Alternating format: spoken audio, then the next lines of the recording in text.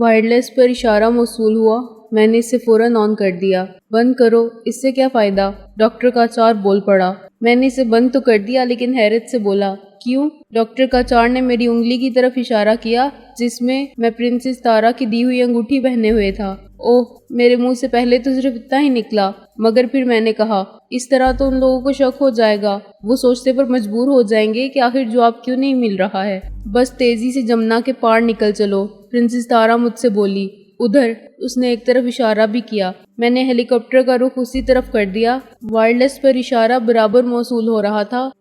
جس حد تک ممکن ہو رفتار بڑھا دو، پرنسس تارا بے چینی سے بولی۔ میں نے اس کی ہدایت پر عمل کیا، لیکن میری سمجھ میں نہیں آ رہا تھا کہ ہم اس طرح کیسے بچ کر نکل سکیں گے۔ رات ہوتی تو اس کا اندھیرا ہمارے لیے ممدو معاون ثابت ہو سکتا تھا، مگر دن کی روشنی میں۔ بہرحال میں نے ہیلی کاپٹر کو پوری رفتار سے اڑا دیا۔ وائرلیس پر ایک مرتبہ پھر کچھ دیر تک اشارے موصول ہوئے، لیکن میں نے اسے آن نہیں کیا۔ نیچے ملٹری پولیس کی گاڑیاں تیزی سے نقل و حرکت کر رہی تھی۔ ہیلی کاپٹر سے جواب نہ ملنے کے باعث ہنگامی صورتحال کا اعلان کر دیا گیا ہوگا۔ میں نے دیکھا ایک جیپ اور ایک ٹرک اسی طرف دوڑنے لگے تھے جدھر میں ہیلی کاپٹر کو لیے جا رہا تھا۔ میں نے اپنے ساتھیوں کو ان دونوں گاڑیوں کے بارے میں بتایا۔ ان کی پرواہ مت کرو، پرنسس تارا نے کہا۔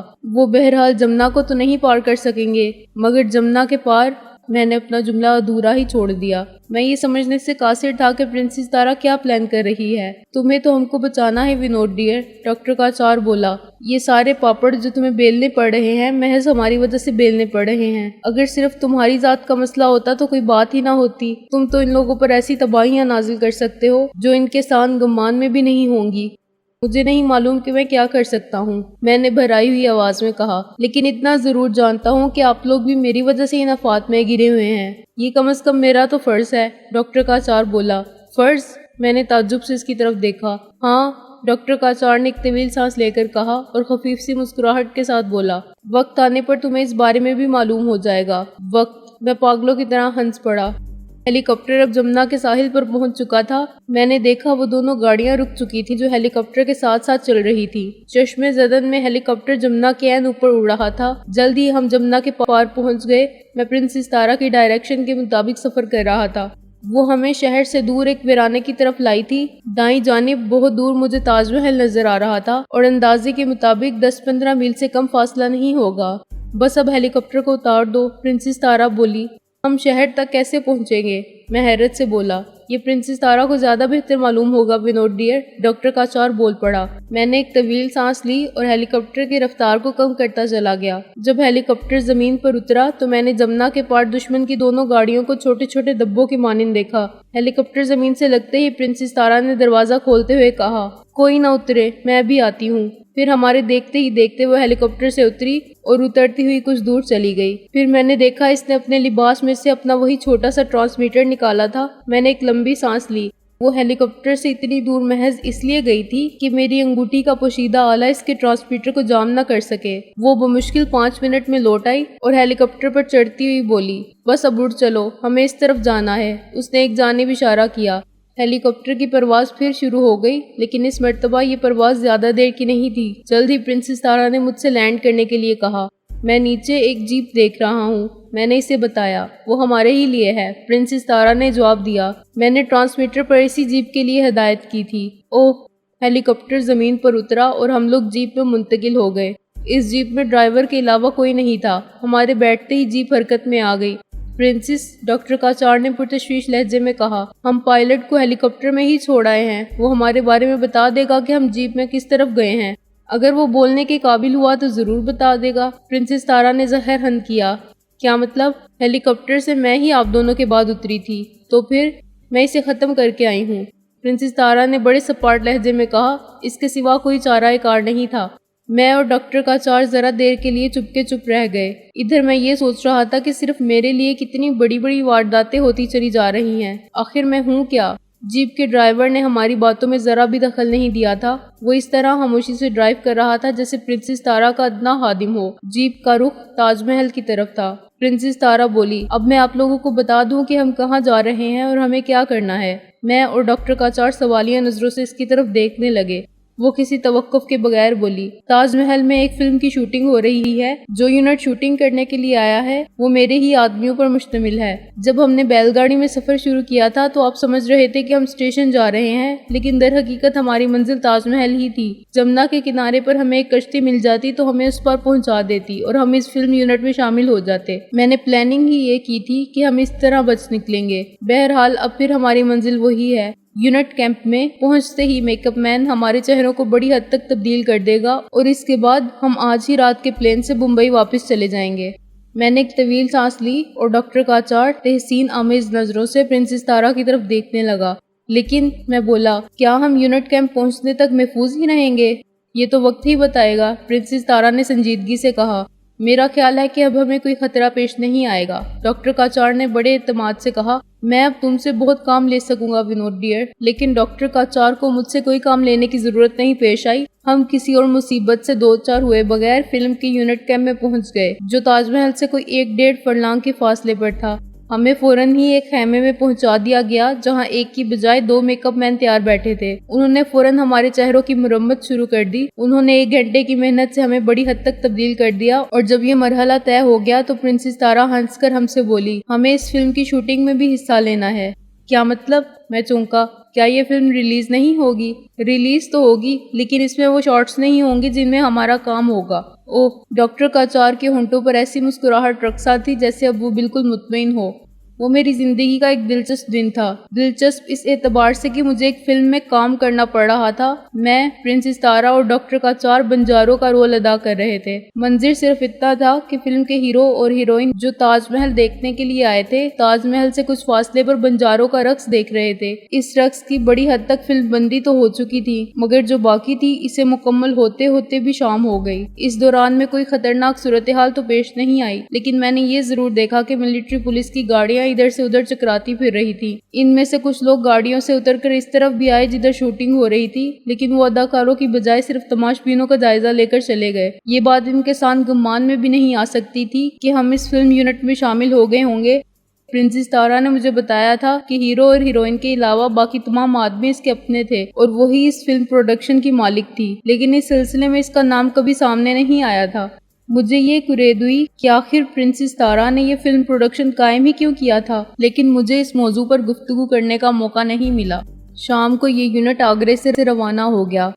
بمبئی پہنچ کر پرنسس تارا ہمیں ایک فلیٹ میں لے گئی۔ کیا ہم یہاں بالکل محفوظ ہیں؟ میں نے سوال کیا۔ قطعی، پرنسس تارا نے جواب دیا۔ میں خود آج اس فلیٹ میں پہلی مرتبہ آئی ہوں۔ یہ فلیٹ چند دن پہلے لیا ہی اس لیے گیا ہے کہ جب تم ڈاکٹر کاچار کو وہاں سے لانے میں کامیاب ہو جاؤ تو ہم یہاں قیام کر سکیں۔ اس نئے فلیٹ میں یہ خدشہ نہیں ہے کہ اس سے میرا تعلق رینوکا دیوی کے علم میں ہو۔ میں بے حد تکان محسوس کر رہا ہوں، ڈاکٹر کاچار بولا۔ تو اب آپ آرام کیجئے، کام بھی کوئی نہیں ہے۔ آئندہ پروگرام کے بارے میں ہم کل صبح گفتگو کریں گے۔ میں بہت سی باتیں کرنے کے لیے بے چین تھا، لیکن پرنسس تارا مجھے بے چین ہی چھوڑ کر سونے کے لیے دوسرے کمرے میں چلی گئی۔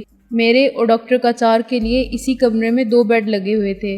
ڈاکٹر کاچار کپڑے تبدیل کرنے کے لیے باتھ روم میں گیا تو میں نے ایک سگریٹ جلا لی۔ میں اسی کرسی پر بیٹھا ہوا تھا۔ تھکن مجھے بھی تھی، لیکن میں محسوس کر رہا تھا کہ مجھے ابھی نیند نہیں آئے گی۔ صبح سے اب تک کے واقعات میرے ذہن میں چکرا رہے تھے اور مجھے یوں محسوس ہو رہا تھا جیسے میں نے کوئی خواب دیکھا ہو۔ کتنا سنسنی خیز خواب تھا۔ مینٹل ہاسپٹل سے ڈاکٹر کاچار کے ساتھ فرار، پولیس ایکشن، پھر رینوکا دیوی کے ایک ہیلی کاپٹر کی تباہی، پھر ہمارا بیل گاڑی میں فرار، کیشب کے کھیتوں تک رسائی، جمنا کا سیلاب اور ہمارا ایک ٹیلے پر پناہ لینا، وہاں دشمن کے ایک ہیلی کاپٹر پر قبضہ اور ہمارا دشمن کے نرغے سے نکل جانا، پھر فلم کی شوٹنگ اور اس کے بعد آگرے سے بمبئی واپسی۔ یہ سب کچھ ایک دن میں ہو گیا تھا۔ ان سب باتوں کے علاوہ مجھے اپنی 2 نئی طاقتوں کا علم بھی ہوا تھا۔ میری آنکھوں میں اتنی قوت تھی کہ ان کے اشارے سے میں شاید ہر چیز کو اٹھا کر پھینک سکتا تھا اور کسی سے بھی آنکھیں ملا کر صرف خیالات کے لہروں سے اس کو ہپنوٹائز کر سکتا تھا۔ اچانک میرے ذہن میں ایک عجیب سا خیال آیا، کیوں نہ میں اس وقت ڈاکٹر کاچار کو ہپنوٹائز کر کے اس سے اپنے بارے میں سب کچھ معلوم کر لوں۔ میں اپنے بارے میں سب کچھ جاننے کے لیے اتنا ہی بے تاب تھا کہ اپنے اس خیال پر عمل کرنے کا فیصلہ کر بیٹھا۔ میں نے باتھ روم کی طرف دیکھا جس کا دروازہ کھول کر ڈاکٹر کاچار باہر آ رہا تھا۔ اب تم بھی آرام کرو ونود ڈیئر۔ میں براہ راست اس کی آنکھوں میں دیکھنے لگا۔ دفتن ڈاکٹر کاچار نے گھبرا کر اپنے دونوں ہاتھ اپنی آنکھوں پر رکھ لیے۔ شاید وہ میری آنکھوں کی چمک میں اضافہ ہوتے دیکھ کر سمجھ گیا تھا کہ میں کیا کرنے والا ہوں۔ وہ بڑے کرب اور مغموم انداز میں بولا، کیا تم اپنی اس طاقت کو مجھ پر بھی آزماؤ گے ونود ڈیئر؟ اس کا لہجہ ایسا تھا کہ میں خفیف سا ہو گیا۔ اب تک میرے ساتھ ڈاکٹر کا انداز انتہائی مشفقانہ رہا تھا کہ مجھے واقعی اس کے ساتھ یہ حرکت نہیں کرنا چاہیے تھی۔ سوری ڈاکٹر، میں نے ٹھنڈی سانس لے کر سر جھکا لیا۔ شکریہ ڈیئر، ڈاکٹر کا چار پھیکے سے انداز میں ہنسا۔ تم نے تو مجھے ڈرا ہی دیا تھا۔ میں شاید پاگل ہوا جا رہا ہوں ڈاکٹر، میں نے بھرائی ہوئی آواز میں کہا۔ آپ میری اس حرکت سے اندازہ کر سکتے ہیں کہ میں اپنے بارے میں جاننے کے لیے کتنا بے تاب ہوں۔ میں آپ کو ہپنوٹائز کر کے کوئی غلط حرکت تو بہرحال نہیں کرتا، میں آپ سے صرف اپنے ہی بارے میں معلوم کرتا۔ ڈاکٹر کا چار ایک طویل سانس لے کر بستر پر جیسے گر پڑا۔ مجھے اندازہ ہے کہ تم کتنے کرب سے دو چار ہو، لیکن اب تمہیں زیادہ انتظار تو نہیں کرنا۔ وہ وقت اب بہت قریب آ گیا ہے کہ تم اپنے بارے میں سب کچھ جان لو گے۔ اچھا سنو، ڈاکٹر کا چار اتنا کہہ کر اچانک کسی سوچ میں ڈوب گیا۔ میں غور سے اس کی طرف دیکھنے لگا۔ میرے اندازے کے مطابق ڈاکٹر کسی فیصلے تک پہنچنے کی کوشش کر رہا تھا۔ آخر اس نے ایک طویل سانس لے کر کہا، نہیں بیٹے، میں ابھی سوچنے لگا تھا کہ دو ایک باتوں کے علاوہ تمہیں سب کچھ بتا دوں، لیکن یہ مناسب نہیں ہوگا۔ وہ سب باتیں جاننے کے بعد ان دو ایک باتوں کی رازداری تمہارے لیے اور زیادہ الجھن کا سبب بن جائے گی۔ تم ان باتوں کے بارے میں بہت زیادہ سوچتے رہو گے، تمہاری الجھن میں کچھ اضافہ ہی ہو جائے گا۔ ویسے بھی اب صرف 2-3 روز کی بات رہ گئی ہے، پھر تمہیں سب کچھ معلوم ہو جائے گا۔ اچھا ڈاکٹر، میں نے ایک طویل سانس لے کر کہا، جہاں میرے اتنے دن الجھن میں گزر گئے ہیں وہاں 2-3 روز اور صحیح، یہی بہتر ہوگا۔ اب تم بھی آرام کرو، مجھے تو بہت گہری نیند آئے گی۔ ایک طویل عرصے کے بعد آج مجھے اطمینان نصیب ہوا ہے۔ میں اٹھ کر باتھ روم میں گیا اور کپڑے تبدیل کر کے بستر پر آ لیٹا۔ نیند اب بھی نہیں آ رہی تھی، لیکن میں نے بیڈ سوئچ آف کر کے کمرے میں تاریکی کر دی اور آنکھیں بند کر لیں۔ پھر نہ جانے کس وقت مجھے نیند آ ہی گئی۔ صبح ہم لوگ خاصی دیر تک سوئے۔ 10 بجے کے قریب ناشتہ کیا جو پرنسس تارا ہی نے تیار کیا تھا۔ ناشتے کے دوران میں پرنسس تارا اور ڈاکٹر کا چار میں مختصر سی ایسی گفتگو ہوئی جو میری سمجھ میں نہیں آ سکی۔ اس کا لب لباب کچھ یوں تھا کہ جزیرے پر جانے کے لیے پرنسس تارا نے جو منصوبہ بنایا تھا اس کی آخری جانچ پڑتال کے لیے وہ ناشتے کے بعد کہیں جا رہی تھی اور اس کی واپسی کا امکان 2 گھنٹے کے بعد تھا۔ میں یہ 2 گھنٹے کی بوریت کیسے بھگتوں؟ میں نے منہ بنا کر کہا۔ اگر اخبار ہوتا تو اسی کو چاٹتا۔ میں اخبار کا بندوبست کیے جاتی ہوں۔ فلیٹ میں ٹیلی فون موجود تھا۔ پرنسس تارا نے کسی کو رنگ کیا اور اسے ہدایت کی کہ آج کے 2-3 اخبارات فلیٹ میں پہنچا دے۔ یہ ہدایت دینے کے بعد پرنسس تارا نے جانے سے پہلے کہا تھا، اخبارات 15 منٹ میں آ جائیں گے۔ اس کی یہ بات 100% درست ثابت ہوئی۔ 15 منٹ بھی پورے نہیں ہوئے تھے کہ کال بیل بج اٹھی۔ میں اور ڈاکٹر کا چار ساتھ ساتھ ہی دروازے پر پہنچے۔ کون ہے؟ میں نے اپنی آواز بدل کر پوچھا۔ اخبارات، باہر سے جواب ملا۔ ڈاکٹر کاچار نے دروازہ کھول دیا۔ باہر کھڑے ہوئے آدمی کے ہاتھ میں کئی اخبارات تھے جو اس نے ہماری طرف بڑھائے اور خاموشی سے لوٹ گیا۔ ڈاکٹر کاچار نے دروازہ بند کر لیا اور پھر ہم کمرے میں آ بیٹھے۔ ڈاکٹر کاچار کے لیے بھی فی الحال اخبار بینی کے سوا کوئی کام نہیں تھا۔ میں نے اخبار میں سب سے پہلے ڈاکٹر کاچار کے اغوا کی خبر تلاش کی۔ وہ خاصی نمایاں طور پر چھاپی گئی تھی اور کافی تفصیلی خبر تھی۔ اس بات پر بڑی حیرت کا اظہار کیا گیا تھا کہ ڈاکٹر کاچار کو اغوا کرنے میں اس کے خاص نگراں ساون کا ہاتھ تھا۔ خبر میں یہ بات بھی تھی کہ ڈاکٹر کاچار کے اغوا میں کسی غیر معمولی شخصیت کا ہاتھ معلوم ہوتا ہے، کیونکہ ہاسپٹل کے باہر بھی کچھ لوگ ساون کی مدد کے لیے موجود تھے جنہوں نے بے دریغ قتل کرنے سے گریز نہیں کیا تھا۔ یہ بات بھی لکھی گئی تھی کہ سیکیورٹی گارڈز میں سے بھی ایک آدمی اغوا کنندگان سے ملا ہوا تھا۔ اس نے خود اپنے کئی ساتھیوں کو فائرنگ کر کے ہلاک کر دیا تھا۔ خیال غالب ہے کہ اسے اس کام کے لیے بہت بھاری رقم دی گئی ہوگی۔ پولیس بڑی سرگرمی سے ان سب معاملات کی تحقیق کر رہی ہے اور بھارتی وزیر اعظم کو بھی اس معاملے سے گہری دلچسپی ہے، مگر انہوں نے اس سلسلے میں اخباری نمائندوں سے کوئی گفتگو کرنے سے انکار کر دیا تھا۔ میرے ساتھ ہی ڈاکٹر کاچار بھی وہی خبر پڑھ رہا تھا۔ چنانچہ میں نے اس سلسلے میں بھارتی وزیر اعظم کی دلچسپی پر تعجب کا اظہار کیا تو اس نے کہا، بھارتی وزیر اعظم کی دلچسپی کا سبب رینوکا ہے۔ رینوکا نے بھارتی وزیر اعظم کو بتا دیا ہوگا کہ مجھے وہاں سے لے جانے والے تم ہو۔ اگر میں بھی ہوں تو بھارتی وزیر اعظم کو اس سے کیا دلچسپی؟ اول تو بھارتی وزیر اعظم کو یہ بھی بتایا جا چکا ہوگا کہ پرنس کو ہلاک کرنے کی کوشش میں تمہارا ہاتھ تھا، اور دوم یہ کہ وہ ایک دم چپ ہو گیا۔ دوم کیا؟ میں نے بے تابی سے پوچھا۔ دوم؟ ڈاکٹر کاچار مسکرایا۔ تم، خود تم۔ میں نے ایک ٹھنڈی سانس لی۔ آخر کیا ہوا؟ تم بہت اہم شخصیت ہو ونود ڈیئر، اور ابھی مجھے اس کا علم نہیں ہو سکتا۔ میں نے پہلے سے زیادہ ٹھنڈی سانس لی۔ اب وہ وقت بہت قریب آ چکا ہے، بہت قریب۔ غالباً جزیرے پر پہنچ کر ہی معلوم ہوگا، میں نے ڈاکٹر کی آنکھوں میں دیکھتے ہوئے کہا۔ تم نے میری اور پرنسس کی گفتگو سے جو اندازہ لگایا ہے وہ بالکل درست ہے۔ اور ہم اس جزیرے پر جائیں گے کیسے؟ پرنسس تارا کو آ جانے دو، وہ تم کو سب کچھ سمجھا دے گی۔ اچھا، میں نے ایک طویل سانس لی اور پھر اخبار کی دوسری خبروں پر نظر ڈالنے لگا۔ جلد ہی ایک خبر نے میری توجہ اپنی طرف مبذول کر لی کیونکہ اس کا تعلق رینوکا دیوی سے تھا۔ خبر کی سرخی تھی، آج رینوکا دیوی اپنی شپنگ کارپوریشن کے پہلے جہاز سنگم کا افتتاح کریں گی۔ یہ جہاز کل اپنے پہلے سفر پر روانہ ہو جائے گا۔ میں نے بڑی تیزی سے وہ خبر پڑھ ڈالی۔ کچھ عرصے پہلے رینوکا شپنگ کارپوریشن قائم کی گئی تھی اور اب اس کا پہلا جہاز سنگم اپنے پہلے سفر پر روانہ ہونے والا تھا۔ اس کی پہلی منزل سیلون تھی۔ سیلون؟ میں سوچ میں پڑ گیا۔ یہ ملک صحیح، لیکن ہے تو ایک جزیرہ ہی۔ ڈاکٹر، میں اچانک سوال کر بیٹھا، کیا ہماری منزل سیلون ہے؟ نہیں، ڈاکٹر کاچار نے جواب دیا۔ یہ تم نے کیوں سمجھ لیا؟ اس خبر کو پڑھتے ہوئے خیال آیا۔ کون سی خبر؟ میں نے اپنا اخبار اس کے ہاتھ میں دے دیا۔ نیچے کے 5ویں کالم کی خبر پڑھیے۔ ڈاکٹر کاچار وہ خبر پڑھنے لگا۔ پڑھنے کے بعد اس نے اخبار مجھے لوٹا دیا اور بولا، نہیں، سیلون ہماری منزل نہیں ہے۔ تو کیا یہاں سے سیلون کی طرف جاتے ہوئے راستے میں پڑتی ہے؟ راستے میں تو نہیں، لیکن ڈاکٹر کاچار اچانک خاموش ہوا اور پھر بولا، آخر تم اس خبر میں اتنی دلچسپی کیوں لینے لگے؟ نہ جانے کیوں، میں نے بڑبڑانے والے انداز میں کہا۔ بس یہ خبر پڑھتے ہوئے جانے کیوں میرے دماغ میں یہ خیال ابھرا تھا کہ کہیں ہم اسی جہاز میں تو سفر نہیں کریں گے۔ ڈاکٹر کاچار غور سے میری طرف دیکھنے لگا اور پھر سر ہلاتا ہوا بولا، مجھے خوشی ہے کہ میں تمہاری تمام حصوں کو تیز کرنے میں کامیاب ہو گیا ہوں۔ کیا مطلب؟ میں چونکا۔ ہاں، ڈاکٹر کاچار نے میری طرف دیکھتے ہوئے سر ہلا کر کہا، ہم اسی جہاز میں سفر کریں گے۔ تو پھر ہماری منزل نہ سیلون ہے اور نہ اس کے راستے میں پڑتی ہے۔ تو پھر اس جہاز میں سفر کر کے ہم اپنی منزل پر کیسے پہنچیں گے؟ اس جہاز کو اغوا کر کے۔ کیا؟ میں سچ مچ اچھل پڑا۔ ہاں، ڈاکٹر کاچار نے کہا، ہم اس جہاز کو اغوا کریں گے۔ یہ کیسے ممکن ہے ڈاکٹر؟ بحری جہاز کا اغوا؟ ہاں، ڈاکٹر کاچار مسکرایا، غالباً یہ ایک تاریخی اغوا ہوگا۔ مگر یہ کیسے ہو سکتا ہے ڈاکٹر؟ میں الجھتا رہا۔ بہتر ہوگا کہ اس سلسلے کی تفصیلات تمہیں پرنسس تارا ہی سے معلوم ہوں۔ آپ کے علم میں نہیں؟ مجھے تفصیل سے معلوم نہیں۔ یہ پرنسس تارا کیا خوابوں کی دنیا میں رہتی ہے؟ میں نے منہ بنا کر کہا، بحری جہاز کے اغوا کی پلاننگ؟ پرنسس تارا کو بے وقوف مت سمجھو، مجھے یقین ہے کہ اس کا بنایا ہوا منصوبہ بہت مضبوط ہوگا۔ میری سمجھ میں نہیں آتا کہ میں بڑی بے بسی سے خاموش ہو گیا۔ سب کچھ سمجھ میں آ جائے گا، سب کچھ۔ پرنسس تارا کو آنے دو۔ مجھ پر اتنی جھنجھلاہٹ طاری ہو گئی کہ میں چپ ہی ہو گیا۔ خاموشی سے اخبار چاٹتا رہا۔ 2 گھنٹے اسی طرح گزار دیے۔ پرنسس تارا ابھی تک نہیں لوٹی تھی۔